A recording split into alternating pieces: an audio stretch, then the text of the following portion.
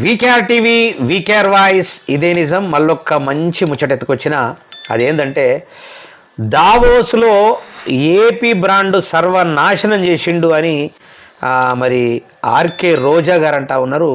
మరి దావోస్లో CM Chandrababu Naidu AP బ్రాండ్ను నాశనం చేశారని వైసీపీ నేత ఆర్కే రోజా గారు విమర్శించారు. పొరుగు రాష్ట్రాల వారు పెట్టుబడులతో వస్తుంటే చంద్రబాబు మాత్రం కట్టుకథలతో తిరిగి వస్తున్నాడని ఎద్దేవా చేశారు.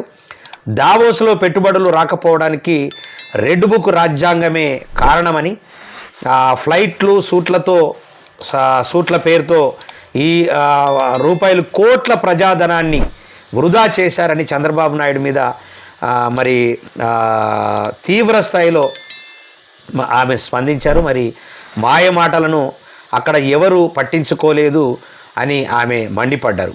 అంటే ఈయన చెప్పినటువంటి మాయ మాటలు దావోస్లో ఎవ్వరు కూడా పట్టించుకోలేదు, ఈయనకెవరు అనుకూలంగా లేరని చెప్పేసి రోజా తీవ్ర స్థాయిలో మండిపడతా ఉన్నది. మరి అది మాత్రం నిజం కాదు అని చెప్పేసి నేను మాత్రం చెప్తా ఉన్నాను. ఎందుకంటే ఎక్కడ పెట్టుబడులు పెడితే ఎక్కడ